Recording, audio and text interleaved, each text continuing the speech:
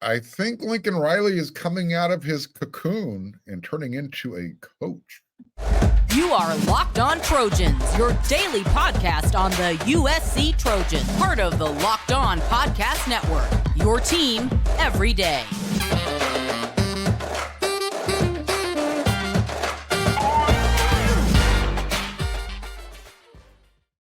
Fight on, everyone. I'm your host, Mark Colkin, and thank you for making Locked On USC your first listen.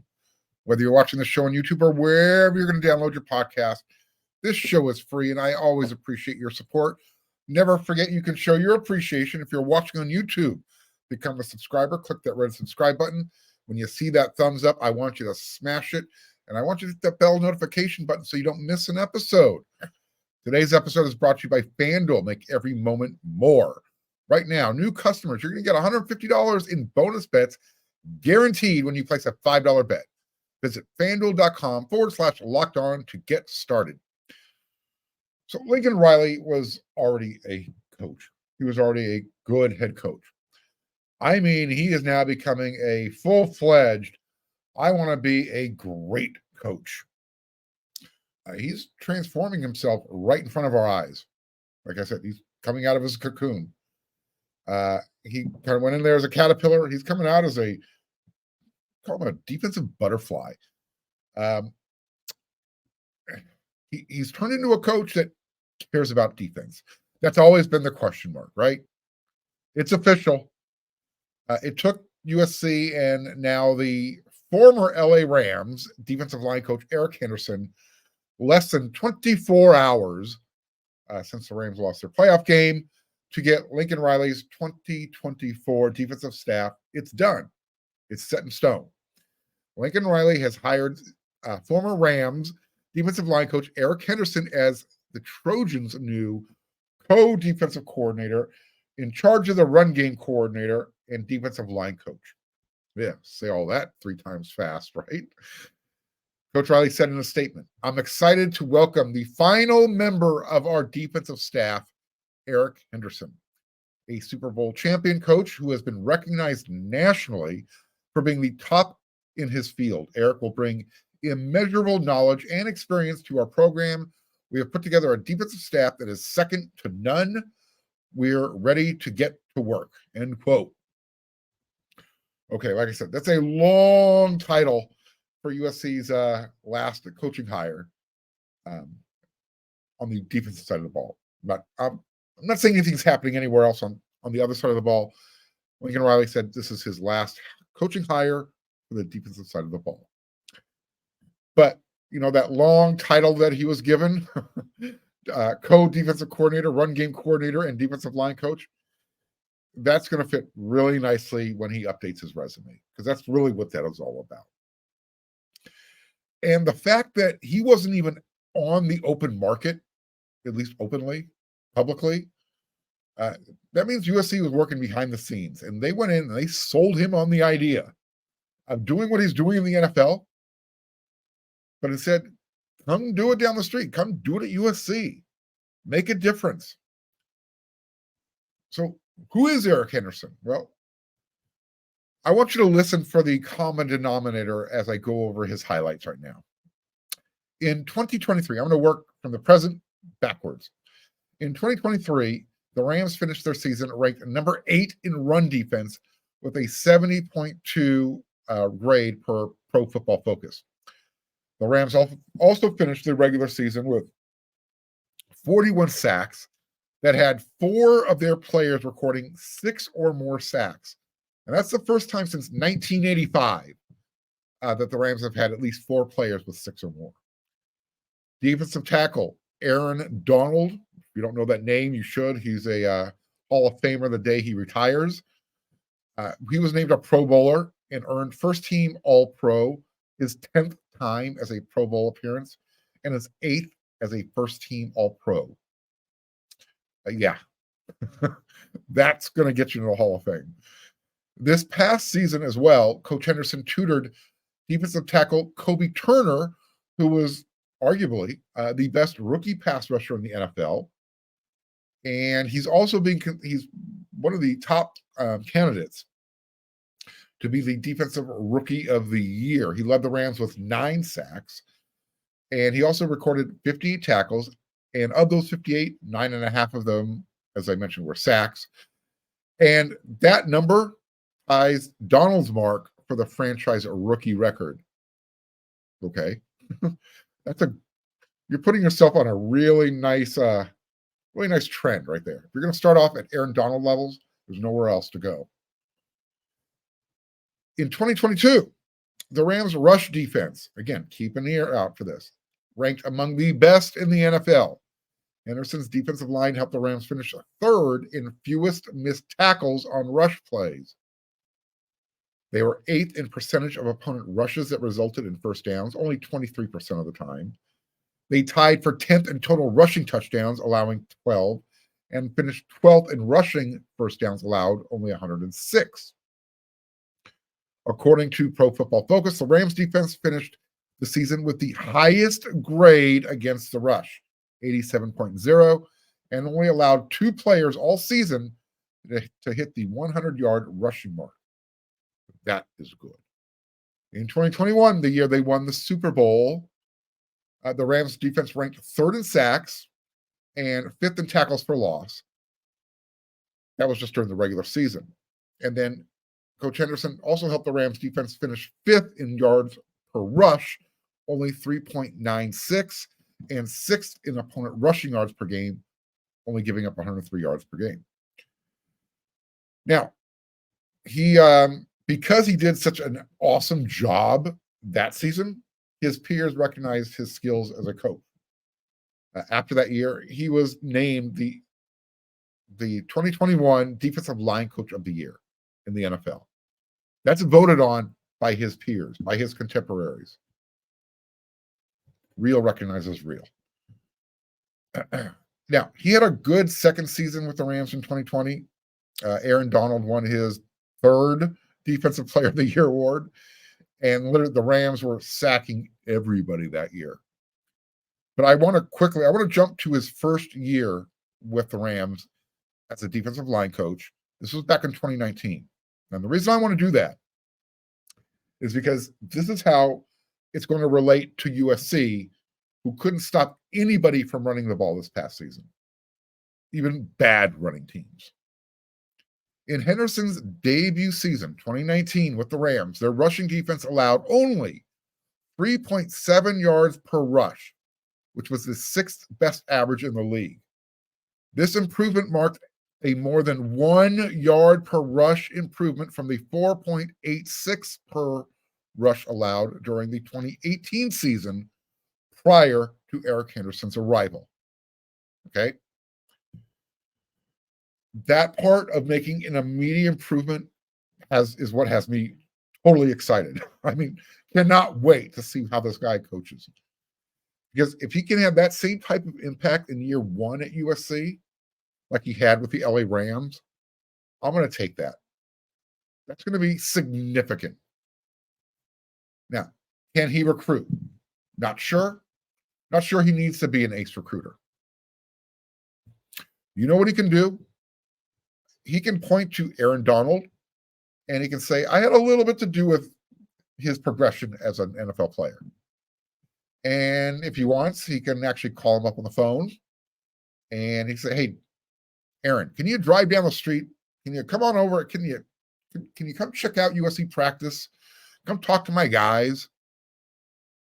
Some of you might remember last year, I took a picture of Jalen Hurts entering USC's practice.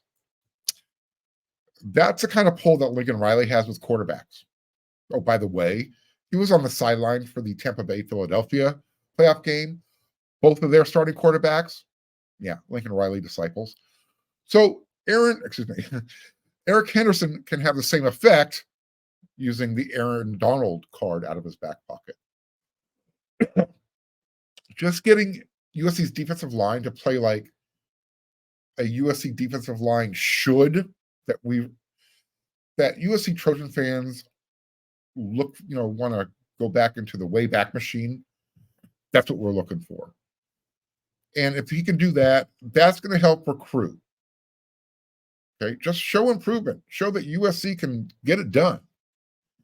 And he's going to be able to go back home to Louisiana and go down south and say, hey, you guys who typically jump into the SEC when you're being recruited, I'm developing NFL dudes out in LA. Who wants to come join me? Do well at USC. USC is a national brand. They will have that kind of pull. And Eric Henderson, he's got the bona fides. He's got the street cred to say, hey, I can get it done. I'm going to show you what I can do at USC. Prior to coaching with the Rams, Henderson served as an assistant defensive line coach for the LA Chargers for a couple of years, 2017 and 2018. I think that's where he caught Antonlynn's eye, USC's defensive coordinator. USC, as I mentioned, Antonlynn's father, Anthony Lynn, he was the head coach of the Chargers at the time. So, full circle, everybody kind of knows everybody. Father, you've got the son of the head coach from the LA Chargers. He is now USC's defensive coordinator, Antonlynn. He liked what he saw with Eric Henderson during his short time with them together. They're going to work together now at USC. This is a significant move. I cannot say it enough. As I mentioned, come in, make an impact with USC's run defense in 1 year. That's going to be huge. Just to help make Bear Alexander go from really, really good to, he's going to be the next Aaron Donald or Kobe Turner. We know that when Eric Henderson gets to work, he's going to have a lot of talent to work with. Just as a reminder, Bear Alexander, Anthony Lucas, Elijah Hughes, Devin Tompkins, Dejan Lafitte, Jamil Muhammad, Romello Height, Braylon Shelby, David, DJ Peavy, Sam Green, Stolo. Is Solomon Tuliaupupu? Is he going to get that extra year? I think he is. I hope he does. Plus, you got these guys coming in. All these rookies. Cameron Fountain, Jade Abasiri, Eli Newby, Lorenzo Collins, Carlon Jones, Nate Clifton, and the last guy they just brought in the transfer portal, Isaiah Rakes from Texas A&M. A lot of dudes. This is what his former boss, Coach Sean McVay, said. He's really developed a culture within the culture in that D-line route. Everything starts with building and developing relationships, being able to connect and communicate and care about these guys. We're big believers in you got to love the guys, and then you can be tough on them. It's not the other way around. So I know that he loves those guys, end quote. And just by the way, when he's out recruiting, he can pull this quote out of his back pocket from Aaron Donald. I love playing for him. He's one of those coaches that understands how to communicate things to his players. As far as teaching certain techniques that I felt like is going to take my game to another level. Just having 2 years with him and having 2 camps with him and being able to take his coaching and the things he's trying to teach me and the way he breaks down film and things like that, end quote. So he and Coach Sean Nua are going to form a great 1-2 punch along the defensive line. It appears that Henderson likes to work inside with the tackles. Sean Nua is going to get the defensive ends. I like it. I like it a lot.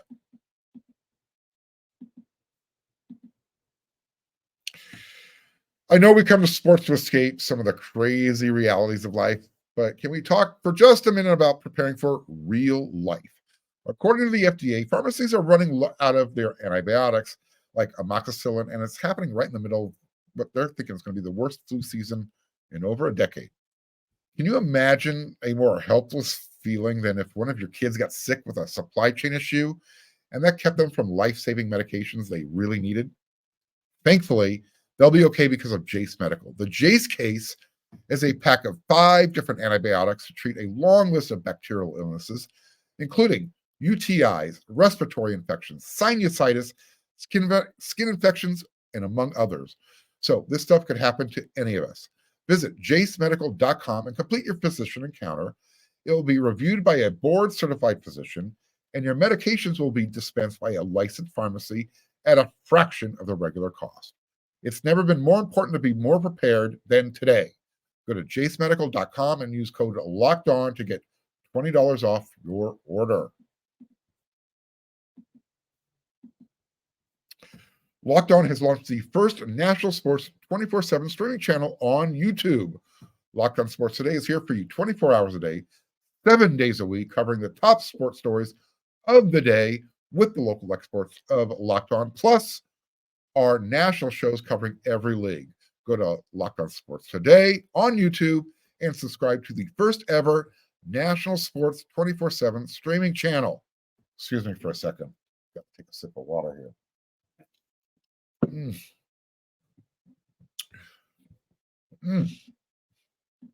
Oh, yeah, needed that. All right, it's done. It's complete. Lincoln Riley has his defensive staff.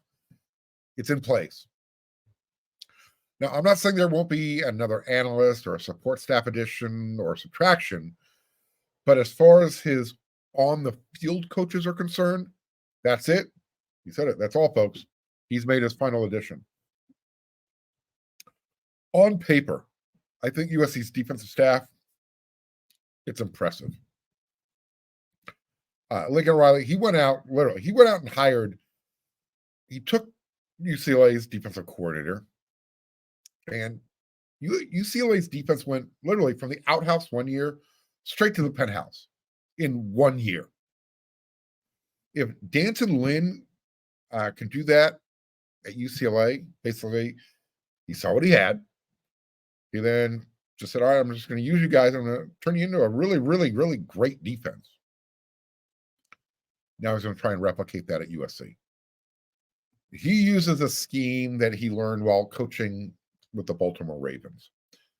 They've always got a great defense. You want to know what a good defense looks like in college? I'm sure you watched Michigan play this year.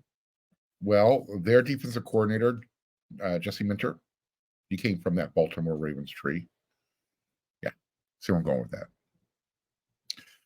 Lynn might be the main, and he is the defensive coordinator on the staff, but he's not the only defensive coordinator on the staff. If you weren't aware of it, USC's defensive back coach, Doug Belk, he's the same guy that USC beat Georgia out for, who Nick Saban wanted on his staff at one time. Well, he left his position as a defensive coordinator, assistant head coach at Houston, the Cougars, in the Big 12, so he can come to USC and be a position coach. He's keeping that long title as well. Don't worry about it. But theoretically, he's stepping down from a true defensive coordinator position to a position coach. But he's doing it at USC. And when you say you coach at USC, that carries some cachet. It really does. How many teams out there can make the claim that their linebacker coach, assistant head coach on defense, gave up their head coaching duties, where he actually won a couple of national championships, to become a linebacker coach? Because that's what USC did.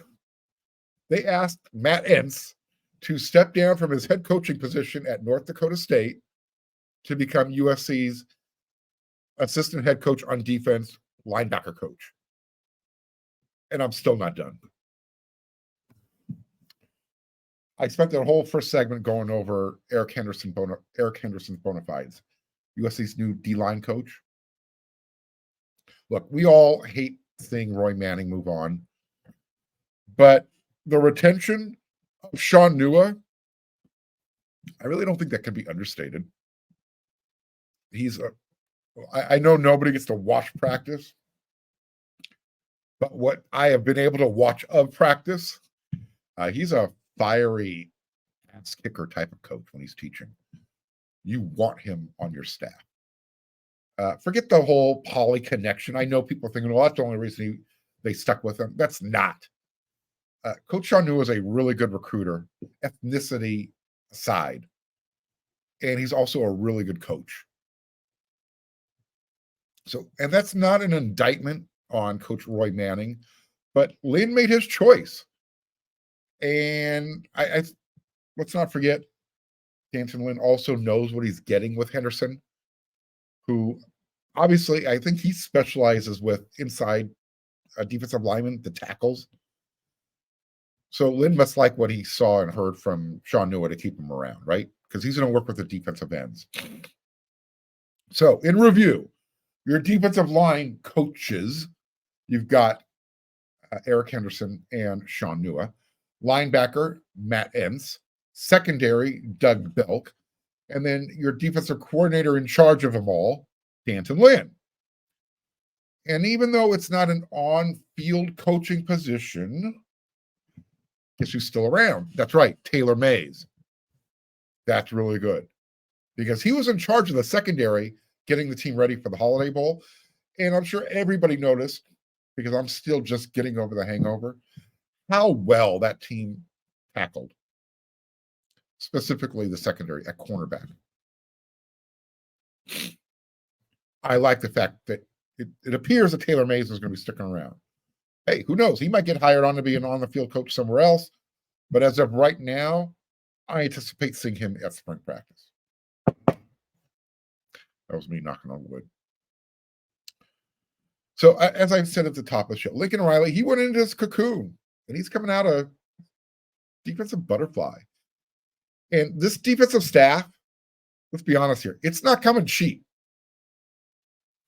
So major shout out to USC's athletic director, Jen Cohen, because she had to sign off on this payroll upgrade.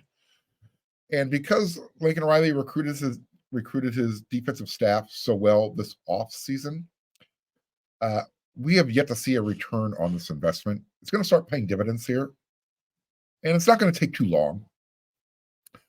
Now, we could see an effect later on, possibly as soon as the February signing day when that gets here. But I'm thinking a little bit further down the road, when after spring camp, when the transfer portal opens back up again, because USC needs players, with college experience more than they need high school guys. I don't think USC really needs more high school guys in this group of talent, the group of talent that's coming in 2024. They need guys who are ready to play right now. So go cherry pick some veterans, key positions.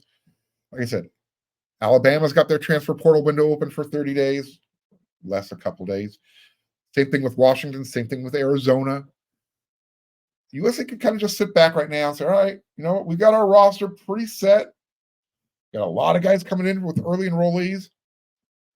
Let's see who's out there. Who can we entice? Who can we say, hey, check out this USC defensive coaching staff. Want to come be a part of this? I really love that Coach Riley is walking the walk. He's backing up his claim where he said that defense was going to be the number one priority going forward when it came to building this USC football team. So far, so good, right? No complaints with the way he's walking and talking at the same time.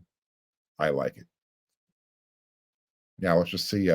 Let's see the results on the field.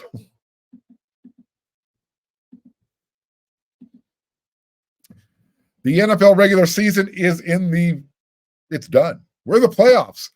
But there's still time to get in on the action with FanDuel, America's #1 sportsbook. Right now, new customers, you're going to get $150 in bonus bets guaranteed when you place a $5 bet. That's $150 in bonus bets, win or lose.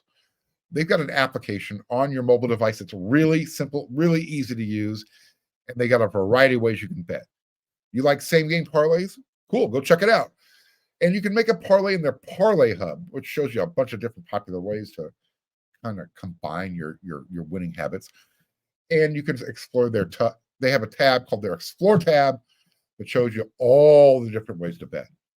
So visit FanDuel.com/LockedOn and make your first bet an easy score. FanDuel, an official partner of the NFL.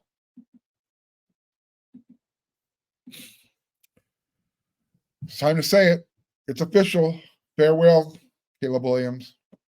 Fight on. It was about 1 o'clock or so, early afternoon on Monday. and he finally decided to make it official. He's going off to the NFL. The deadline was Monday, January 15th, and he took it all the way to the deadline. That's when he sent out the following statement. Quote, "Since I was 10, all I ever wanted to do was to play football. The journey would be empty without the people who have supported and loved me. I will fight on forever and rep horns down for life. I'm ready to do whatever it takes.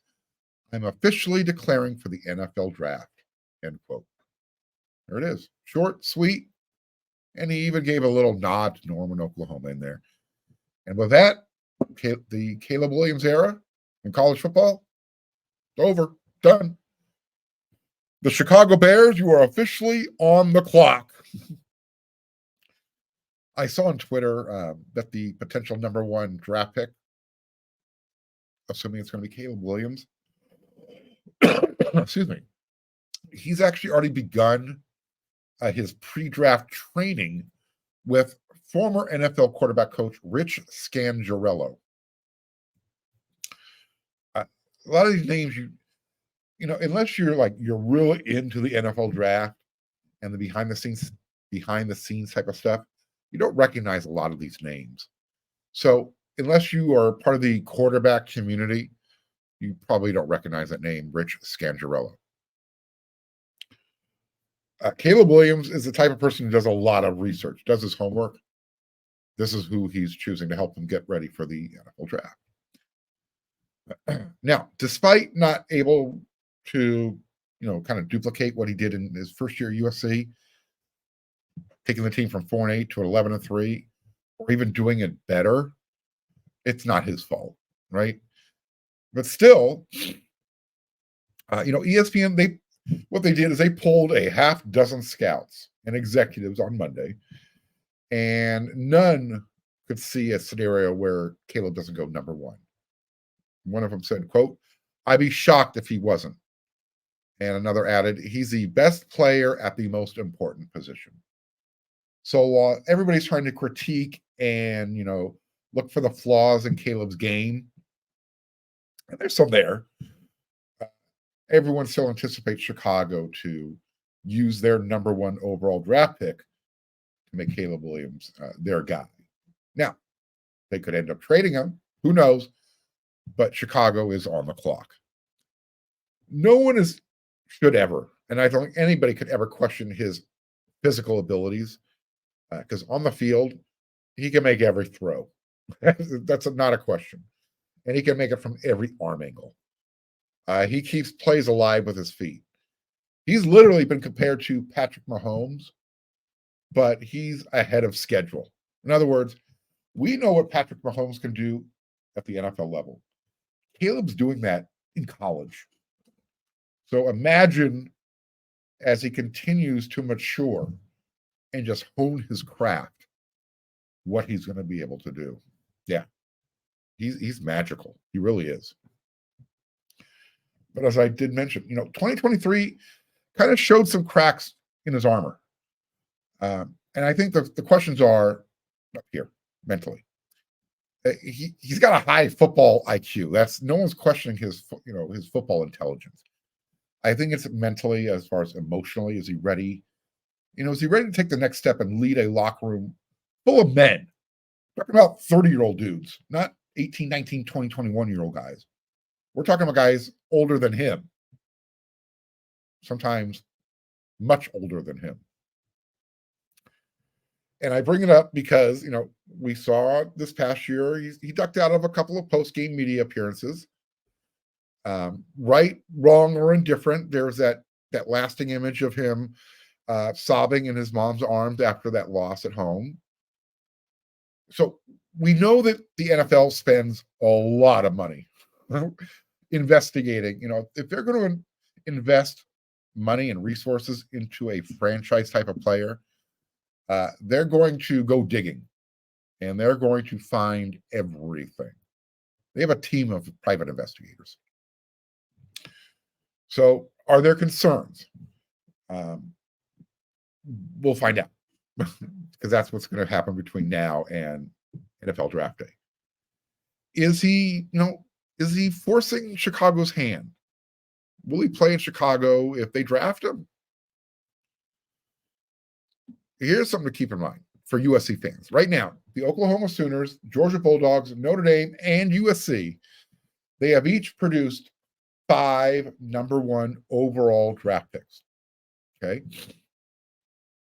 USC, they have, let's see, Ranieri back in 1968, O.J. Simpson, 1969, Ricky Bell, 1977, Keyshawn Johnson, 1996, Carson Palmer in 2003. Well, assuming Caleb Williams does it, USC will again hold the number 1 spot and set themselves apart. So what will you remember most about Caleb's time at USC? Obviously, the Heisman Trophy, helping resurrect USC from 4-8 to 11-3, getting him so close to the playoffs in year 1. Now, which play are you going to remember most? I think for me, it's obvious. It's got to be that play against Notre Dame, where he darted in and up and back and sideways, every which way but loose. Before he, just an amazing play. There's a lot of highlight plays to choose from. You tell me. Hit me up in the comments section. That's what it's there for. I'll be back with another episode of Locked on USC tomorrow, because this is what we do 5 times a week for free. But if you want to go check out wearesc.com when you're done watching this episode, if you want to become a new subscriber over there, $1 for a month. Go check it out. Again, I'll be back again tomorrow with another episode of Locked on USC. So until then, everyone, you know what to do.